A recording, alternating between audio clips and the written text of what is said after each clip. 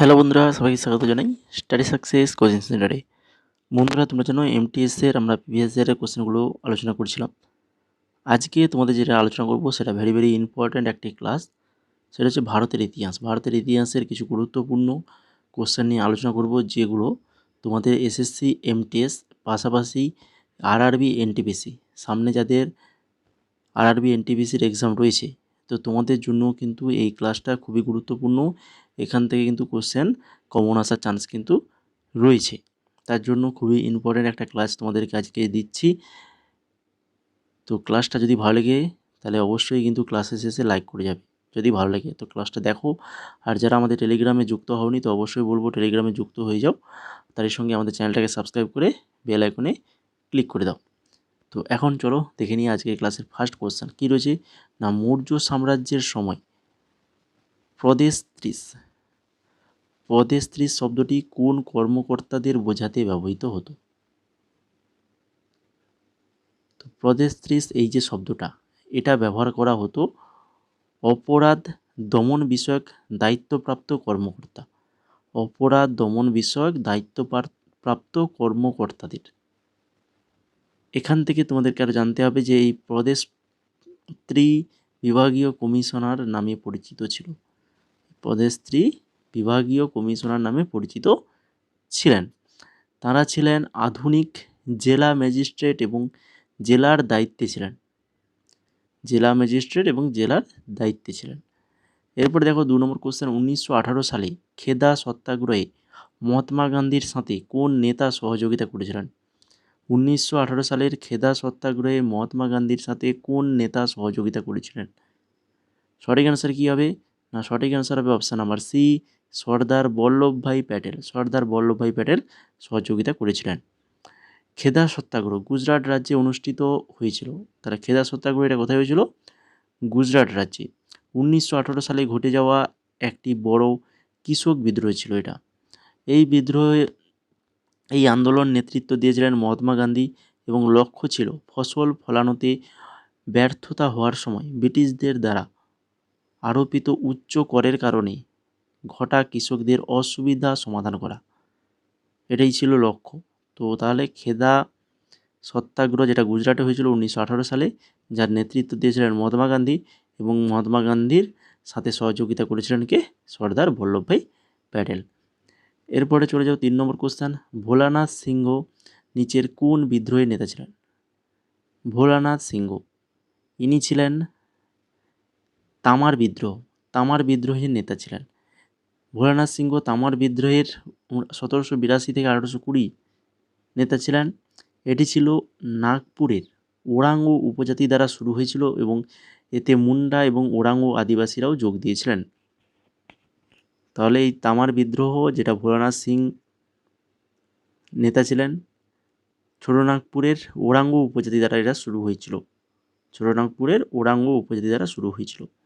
4 নম্বর question দেখো, British ভূমি রাজস্ব নীতি অত্যন্ত শোষণমূলক ছিল। ব্রিটিশ ভূমি রাজস্ব নীতি অত্যন্ত শোষণমূলক ছিল। নিচের কোন ব্যবস্থায় জমিদারদের ফসলের ফলন যাই হোক না কেন নির্দিষ্ট রাজস্ব দিতে হতো? ফসলের ফলন যাই হোক না কেন নির্দিষ্ট রাজস্ব কিন্তু দিতে হতো। কোন ব্যবস্থা? না, সেটা হচ্ছে জমিদারি ব্যবস্থা।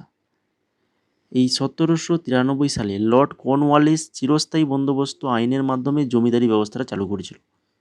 1793 সালে লর্ড কর্নওয়ালিস চিরস্থায়ী বন্দোবস্ত আইনের মাধ্যমেই এই জমিদারি ব্যবস্থাটা চালু করেছিল। এটি বাংলা, বিহার, উড়িষ্যা এবং বারাণসী প্রদেশে চালু হয়েছিল। এটি চিরস্থায়ী বন্দোবস্ত ব্যবস্থা নামেও পরিচিত। আর জমিদাররা জমির মালিক হিসেবে স্বীকৃতি ছিল। জমিদাররা জমির মালিক হিসেবে স্বীকৃতি ছিল। তারপরে দেখো 5 নম্বর কোশ্চেন, রামসি বিদ্রোহে অংশগ্রহণকারী রামসিরা কোন সম্প্রদায়ের দুর্গ পাহারার জন্য রাত্রিকালীন প্রহরী হিসেবে কাজ করত?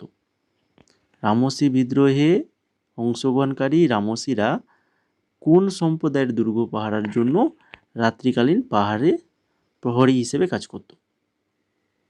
সঠিক অ্যান্সার আসবে মারাঠা সম্প্রদায়ের।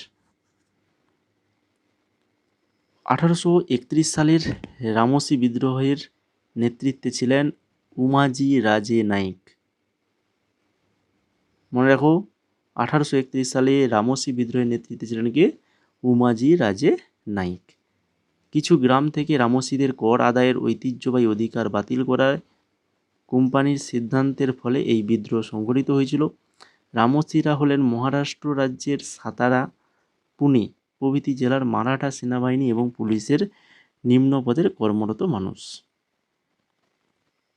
এরপরে 6 নম্বর, কোন সালে বক্সি জগবন্ধু ব্রিটিশদের ভূমি রাজস্ব নীতির প্রতিবাদে পাইকা বিদ্রোহের নেতৃত্ব দেন? কত সালে বক্সি জগবন্ধু ব্রিটিশদের ভূমি রাজস্ব নীতির প্রতিবাদে পাইকা বিদ্রোহের নেতৃত্ব দেন? তো সালটা হয়ে যাবে অপশান নাম্বার ডি 1817। 1817 সালে এই যে পাইকা বিদ্রোহ একটি সশস্ত্র বিদ্রোহ যা 1817 সালে উড়িষ্যায় সংগঠিত হয়েছিল। এই বিদ্রোহের নেতৃত্বে ছিলেন হচ্ছেন বক্সি জগবন্ধু, যেটি সংগঠিত হয়েছিল ব্রিটিশদের ভোগ দখল ও রাজস্ব নীতির বিরুদ্ধে। প্রত্যেকটা কোশ্চেন কিন্তু এখানে ভেরি ভেরি ইম্পর্ট্যান্ট। এগুলো কিন্তু ইম্পর্টেন্ট বলেই আমরা কিন্তু আজকে তোমাদের কাছে এই কোশ্চেনগুলো নিয়ে এসেছি। 7 নম্বর কোশ্চেন, ইস্ট ইন্ডিয়া কোম্পানি কোন সালে একটি নতুন আইন পাস করে যাতে কোম্পানির সেনাবাহিনীতে নিযুক্ত প্রতিটি নতুন সদস্যকে প্রয়োজনে বিদেশে সেবা দিতে হতো? ইংরেজ ইস্ট ইন্ডিয়া কোম্পানি কোন সালে একটা নতুন আইন পাস করে যাতে কি না কোম্পানি সেনাবাহিনীতে নিযুক্ত প্রতিটি নতুন সদস্যকে প্রয়োজনে বিদেশে সেবা দিতে হতো? এটা সঠিক অ্যান্সার আসবে অপশন নাম্বার ডি 1856 সালে। ইংরেজ ইস্ট ইন্ডিয়া কোম্পানি 1856 সালে আওধের নবাব কর্তৃক অপশাসনের অভিযোগে আওধ রাজ্যকে সংযুক্ত করে। এটি লর্ড ডালহৌসির আদেশে সত্ত্ব বিলোপ নীতির অধীনে দখল করা হয়েছিল। এরপরে দেখো প্রিভি পার্স। প্রিভি পার্স বলতে কি বোঝায়? প্রিভি পার্স বলতে যেটা বোঝায় সেটা হচ্ছে একীকরণের পর রাজপুত্রদের পেনশন দেওয়া হতো। একীকরণের পর রাজপুত্রদের পেনশন। প্রিভি পার্স শাসক শ্রেণীকে বিশেষ মর্যাদা প্রদান করেছিল, যা শাসক এবং শাসিত ব্রিটিশ প্রথা অব্যাহত রেখেছিল। তৎকালীন প্রধানমন্ত্রী ইন্দিরা গান্ধী এই প্রিভি পার্স বিলুপ্তর পক্ষে যুক্তি দিয়েছিলেন। তাই 1971 সালে ভারতের সংবিধানের 26তম সংশোধনী দ্বারা এই প্রিভি পার্স বিলুপ্ত করা হয়েছিল। আর এই সংশোধনী 291 থেকে 362 ধারা বাদ দিয়েছিল। এইটা কিন্তু ভেরি ভেরি ইম্পর্ট্যান্ট তথ্য। লাস্টে যেটা বললাম, তৎকালীন প্রধানমন্ত্রী ইন্দিরা গান্ধী প্রিভি পার্স বিলুপ্তর পক্ষে যুক্তি দিয়েছিলেন। তাই 1971 সালে ভারতের সংবিধানের 26তম সংশোধনী দ্বারা, কততম? 26তম সংশোধনী দ্বারা প্রিভি পার্স বিলুপ্ত করা হয়েছিল। এই সংশোধনটি 291 এবং 362 ধারাকে বাদ দিয়েছিল। 291 এবং 362 ধারাকে বাদ দিয়েছিল। এরপরে দেখো 9 নম্বর, ডাচ ইস্ট ইন্ডিয়া কোম্পানি কোন বছরে উত্তর করমণ্ডল উপকূলের পেটাপুলিতে কারখানা স্থাপন করেছিলেন? ডাচ ইস্ট ইন্ডিয়া কোম্পানি কোন বছর উত্তর করমণ্ডল উপকূলের পেটাপুলিতে কারখানা স্থাপন করেছিলেন?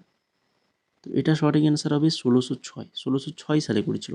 তো এখানে প্রত্যেকটাই আমাদেরকে মনে রাখতে হবে। এই ডাচ ইস্ট ইন্ডিয়া কোম্পানি 1605 খ্রিস্টাব্দে মাসুলিপত্তনমে, পুলিকাটে হচ্ছে 1610, সুরাটে 1616, তারপরে হচ্ছে বিমলিপটম 1641, কারাইকালে 1645 খ্রিস্টাব্দে ভারতে কারখানা স্থাপন করেছিল।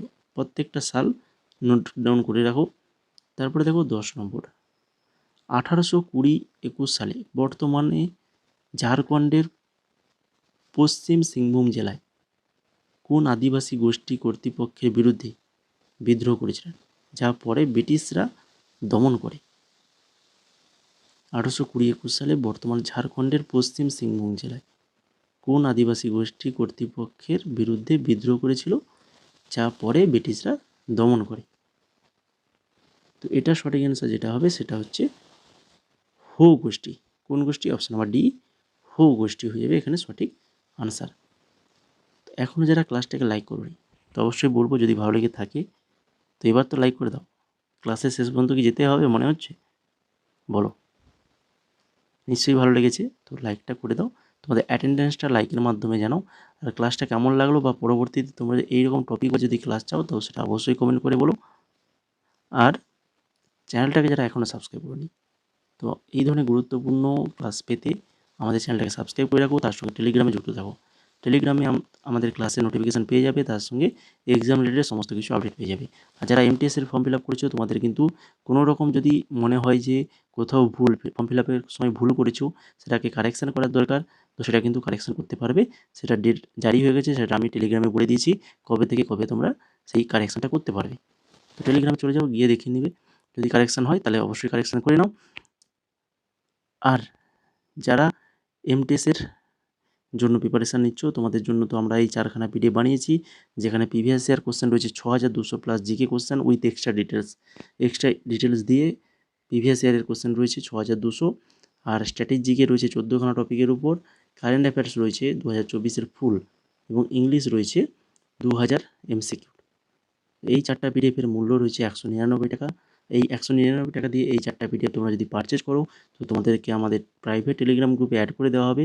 সেখানে বাকি আর যত প্রকারের এমটিএসের জন্য নোটস প্রয়োজন, সমস্ত প্রকারের নোটস সেখানে প্রোভাইড করা হবে।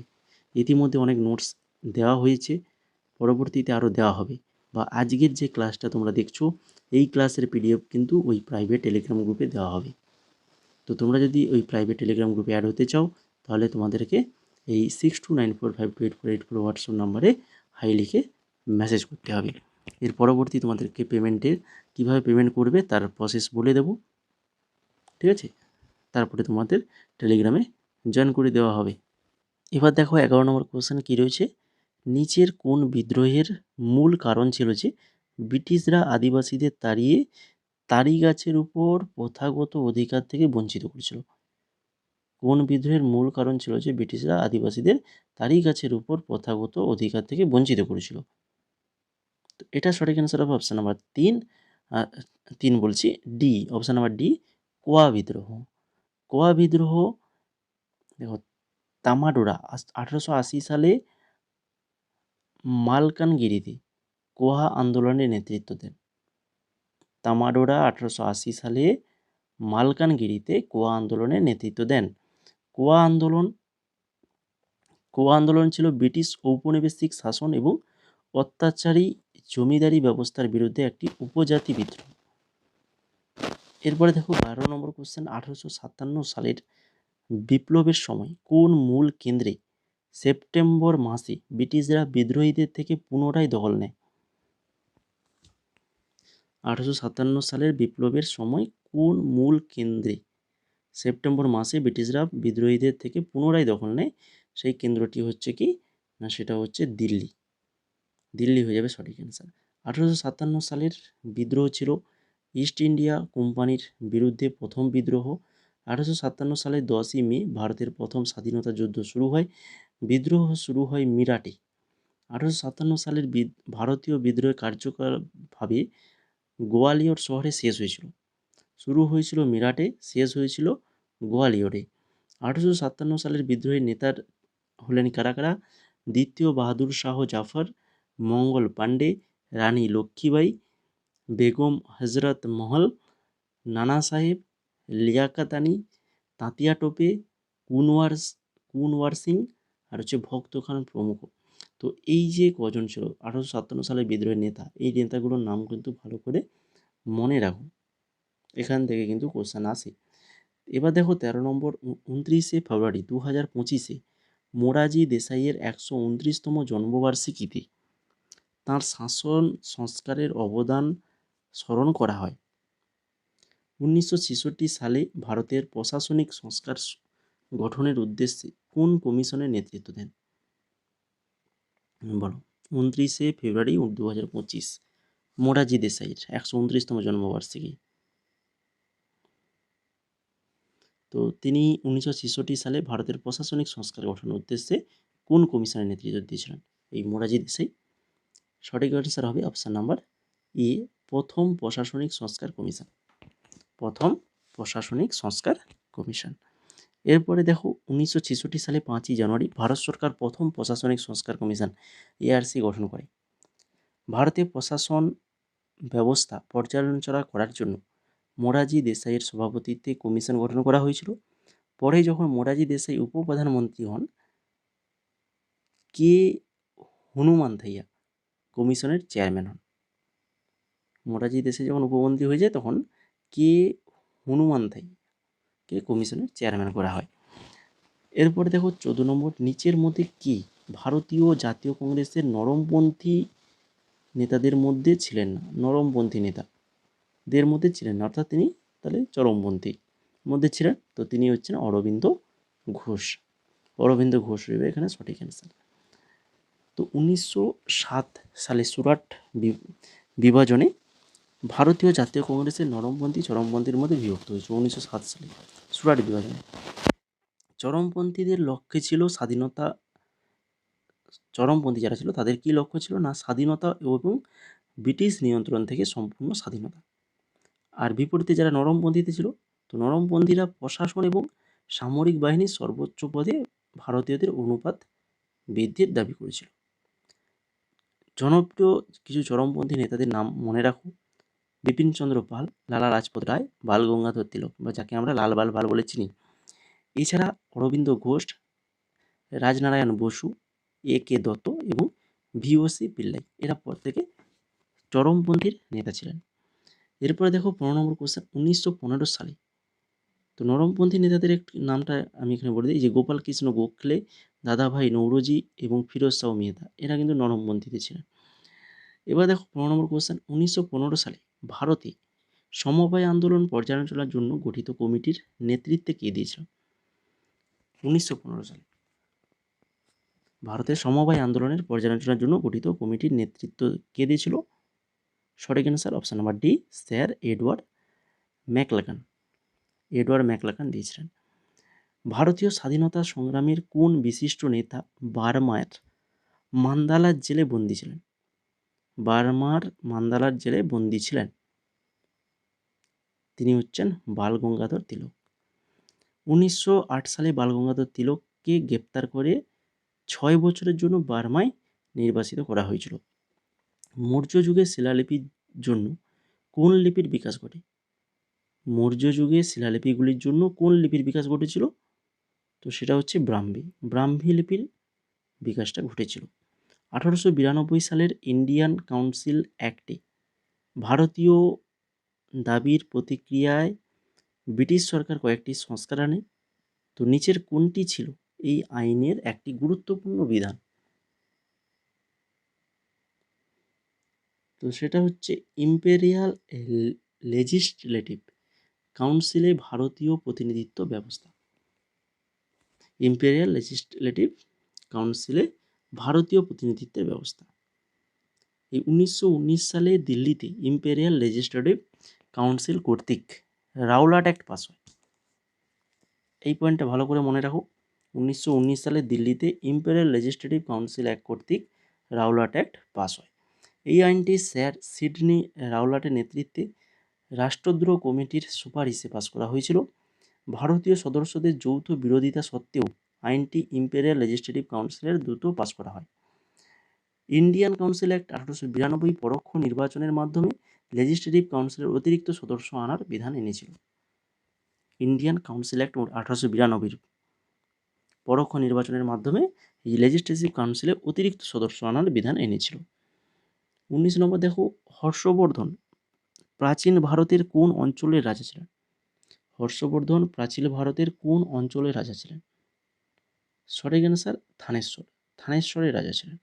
1606 খ্রিস্টাব্দে 647 1606 খ্রিস্টাব্দ থেকে 1600 বলে দিচ্ছি কেন 606 খ্রিস্টাব্দ থেকে 647 খ্রিস্টাব্দ পর্যন্ত হর্ষবর্ধন ছিলেন একজন ভারতীয় সম্রাট, যিনি ভারতে উত্তরাঞ্চলে শাসন করেছিলেন। আধুনিক হরিয়ানার থানেশ্বর ছিল তার প্রথম রাজধানী। রাজা হর্ষবর্ধন তার আরোহণের পর থানেশ্বর এবং কনৌজ রাজ্যগুলিকে একত্রিত করে। তার রাজধানীও থানেশ্বর থেকে কনৌজে স্থানান্তরিত হয়। হর্ষবর্ধনের রাজত্ব সম্পর্কে যে বিস্তৃত তথ্য সেটা কিন্তু বাণভট্টের হর্ষচরিতে রয়েছে। তাহলে হর্ষচরিত সেটা বাণভট্টের, সেখানে কি রয়েছে না হচ্ছে হর্ষবর্ধনের যে রাজস্ব সম্পর্কিত বিবৃতি সেগুলো রয়েছে এই হর্ষচরিতে। এরপরে দেখো 20 নম্বর কোশ্চেন, 1909 সালে লন্ডনে ব্রিটিশ কর্মকর্তা স্যার উইলিয়াম হার্ট কার্জন উইলিকে গুলি করে হত্যা করা হয়। তো এই কাজের জন্য কে দায়ী ছিলেন? William Hart Curzon Wyllie 1909 London British কর্মকর্তাকে গুলি করা হয়েছিল। তো এই কাজের জন্য দায়ী চেয়েছিলেন তিনি হচ্ছেন মদনলাল ধিংরা। মদনলাল ধিংরা হয়ে যাবে সঠিক অ্যান্সার। মদনলাল ধিংরা ছিলেন একজন ভারতীয় বিপ্লবী এবং লন্ডনে ইন্ডিয়া হাউসের সদস্য। 1909 সালে 1 জুলাই এম.এল. ধিংরা ইম্পেরিয়াল ইনস্টিটিউটে ন্যাশনাল ইন্ডিয়ান অ্যাসোসিয়েশন দ্বারা আয়োজিত অ্যাট হোমে যোগ দেন। অ্যাট হোম এটাতে যোগ দেয়। এরপরে দেখো 21 নম্বর, উত্তরপ্রদেশে মুফতি মোহাম্মদ আইওয়াজের নেতৃত্বে সংগঠিত কোন বিদ্রোহটি 1857 সালের প্রথম স্বাধীনতা সংগ্রামের পূর্বে ব্রিটিশ বিরোধী অন্যতম গুরুত্বপূর্ণ বিদ্রোহ ছিল? তো সেটা হচ্ছে বেরেলি বিদ্রোহ। বেরেলি বিদ্রোহ হয়ে যাবে এখানে সঠিক অ্যান্সার। সিন্ধু সভ্যতার ধোলাবিরা স্থানটি কোন বিষয়ে সবচেয়ে বেশি পরিচিত? সিন্ধু সভ্যতার ধোলাবিরা স্থানটি এটা কিসের জন্য সবচেয়ে বেশি পরিচিত ছিল? না সেটা হচ্ছে জল সংরক্ষণ ব্যবস্থা। জল সংরক্ষণ ব্যবস্থা থেকে সবচেয়ে বেশি পরিচিত ছিল। এই ধোলাবিরা এটি হলো দক্ষিণ এশিয়ার অন্যতম উল্লেখযোগ্য এবং সুসংরক্ষিত শহুরে বসতি। এটিকে 1968 সালে প্রত্নতাত্ত্বিক জগৎপতি যোগী আবিষ্কার করেছিলেন। সিন্ধু স্বরগুলির মধ্যে ধোলাবিরা জল সংরক্ষণ ব্যবস্থাপনার জন্য পরিচিত ছিল। 23 নম্বর কোশ্চেন দেখো, গুপ্ত সাম্রাজ্যের শাসনকালে সামরিক সরঞ্জামের রক্ষণাবেক্ষণের দায়িত্বে থাকা কর্মকর্তাকে কি বলা হতো? গুপ্ত সাম্রাজ্যের শাসনকালে সামরিক সরঞ্জামের রক্ষণাবেক্ষণের দায়িত্বে থাকা কর্মকর্তাদের বলা হতো রণভাণ্ডারিকা। কি বলা হতো? রণভাণ্ডারিকা বলা হতো। এরপরে দেখো 24 নম্বর, মার্চ 2025-এ কেন্দ্রীয় স্বরাষ্ট্রমন্ত্রী অসমে লাচিত বরফুকন পুলিশ একাডেমির উদ্বোধন করেন তার কীর্তির স্মরণে। তো লাচিত বরফুকন কে ছিলেন? এই লাচিত বরফুকন ইনি কে ছিলেন? না ইনি ছিলেন একজন আহোম রাজ্যের একজন সেনাপতি। আহোম রাজ্যের একজন সেনাপতি। এই লাচিত বরফুকন তিনি আহোম বাহিনীর একজন জেনারেল ছিলেন। তিনি সরাইঘাটের যুদ্ধে নেতৃত্বের জন্য পরিচিত। জাতীয় প্রতিরক্ষা একাডেমিতে সেরা ক্যাডেটকে লাচিত বরফুকন স্বর্ণপদক দেওয়া হয়। এরপরে আজকের ক্লাসের শেষ কোশ্চেন 25 নম্বর, 1510 সালে আলফসো ডি আলবুকার্ক কোন স্থানটি বিজাপুরের সুলতানের কাছ থেকে দখল করে পর্তুগিজ পূর্ব সাম্রাজ্যের রাজধানী করে? তো সেই স্থানটি হচ্ছে গোয়া। কি হয়ে যাবে? গোয়া হয়ে যাবে এখানে সঠিক অ্যান্সার। 1510 খ্রিস্টাব্দে আলফানসো ডি আলবুকার্ক বিজাপুরের সুলতান ইসমাইল আদিল শাহের কাছ থেকে গোয়া দখল করে। এটি বিজয়নগর সাম্রাজ্যের শাসক কৃষ্ণদেব রায়ের সহায়তায় করা হয়েছিল, আর তিনি গোয়ার সতীদাহ প্রথা বিলোপের জন্য কাজ করছিলেন। তো এই ছিল মোট আজকের 25খানা question, very very important question কিন্তু এনটিপিসি এবং তোমাদের এমটিএসের জন্য ভেরি ভেরি ইম্পর্ট্যান্ট এই কোশ্চেনগুলো। যদি ক্লাসটা তোমাদের ভালো লেগে থাকে, এখনও যারা লাইক করতে বাকি রয়েছে তো অবশ্যই বলবো ক্লাসটিকে লাইক করো, তারই সঙ্গে কমেন্ট করে জানাও কেমন লাগলো, বা পরবর্তীতে যদি আরও চাও ক্লাস তো সেটাও অবশ্যই কমেন্ট করে জানাও। এবং সেই সঙ্গে চ্যানেলটাকে যারা এখনও সাবস্ক্রাইব করোনি, নতুন আমাদের চ্যানেলে ভিজিট করেছো, তো এই ধরনের গুরুত্বপূর্ণ জিকে ক্লাস পেতে আমাদের চ্যানেলটাকে সাবস্ক্রাইব করে আমাদের সঙ্গে যুক্ত থাকো, এবং তারই সঙ্গে টেলিগ্রামে জয়েন করেছো। আমাদের টেলিগ্রাম চ্যানেল লিঙ্ক রয়েছে ডেসক্রিপশানে, বা টেলিগ্রামে গিয়ে সার্চ করবে স্টাডি সাকসেস কোচিং সেন্টার বলে পেয়ে যাবে, সেখানে জয়েন হয়ে যাও। ওখানে তোমরা বিভিন্ন জব রিলেটেড, এক্সাম রিলেটেড সমস্ত কিছু আপডেট কিন্তু এই টেলিগ্রামে দেওয়া হয়, সবার আগে পেয়ে যাবে ওখানে। আর যারা এমটিএস 2025-এর ফর্ম ফিল আপ করেছো, এক্সাম দেবে, তো তোমাদেরকে বলি তোমাদের জন্য কিন্তু আমরা এবারে নতুন ব্যাচ শুরু করেছি। এই ব্যাচে যুক্ত হতে গেলে তোমাদেরকে প্রথমে 199 টাকা পেড করতে হবে। কীভাবে পেড করবে সেটা হোয়াটসঅ্যাপে মেসেজ করলে সেখানে বলে দেওয়া হবে। 199 টাকা পেড করার সঙ্গে সঙ্গে তোমাদেরকে আমরা 4খানা পিডিএফ হোয়াটসঅ্যাপেই পাঠিয়ে দেবো। সেই 4খানা পিডিএফ কী কী? না, এক হচ্ছে প্রিভিয়াস ইয়ার এসএসসি এমটিএস 2019 থেকে 24 6200 এমসিকিউর previous year question with extra details দিয়ে। তার সঙ্গে আরেকটা ভিডিও পাবে হচ্ছে স্ট্র্যাটেজিকে, যেখানে 14খানা টপিক, ইম্পর্টেন্ট টপিক যেগুলো এমটিএসে আসে সেগুলো থাকবে। তার সঙ্গে থাকবে কারেন্ট অ্যাফেয়ার্স 2024-এর পিডিএফ এবং ইংলিশ 2000 এমসিকিউর পিডিএফ এবং গ্রামার রুলস থাকবে ওর মধ্যে। তো এই 4খানা পিডিএফ তোমাদেরকে হোয়াটসঅ্যাপে পাঠিয়ে দেওয়া হবে এবং তারই সঙ্গে তোমাদেরকে একটা টেলিগ্রাম চ্যানেলে জয়েন করে দেওয়া হবে। প্রাইভেট টেলিগ্রাম গ্রুপ রয়েছে শুধুমাত্র এমটিএস পরীক্ষার্থীদের জন্য, সেখানে জয়েন করে দেওয়া হবে। সেখানে জয়েন করলে তোমরা বাকি আদার্স সমস্ত প্রকারের এমটিএস রিলেটেড সমস্ত প্রকারের নোটস সেখানে পেয়ে যাবে। ইতিমধ্যে অনেক নোটস দেওয়া হয়ে গেছে এবং বাকি যে সকল টপিক ওয়াইজ আমরা ক্লাস করাবো সেগুলো নোটসও কিন্তু আমরা টেলিগ্রামে দেবো। আজকের ক্লাসের পিডিএফটাও টেলিগ্রামে দেবো, তো তোমাদেরকে সেই টেলিগ্রামে জয়েন করে দেওয়া হবে। তো তার জন্য কী করতে হবে, তোমাদের আগে 199 টাকা পেড করতে হবে। এই ব্যাচে যুক্ত হতে গেলে 199 টাকা পেড করতে হবে। সেটা কীভাবে করবে সেটা আমাদের হোয়াটসঅ্যাপ নাম্বার রয়েছে, হোয়াটসঅ্যাপ নাম্বারে মেসেজ করো, মেসেজ করলে তোমাদেরকে সেটা বলে দেবো।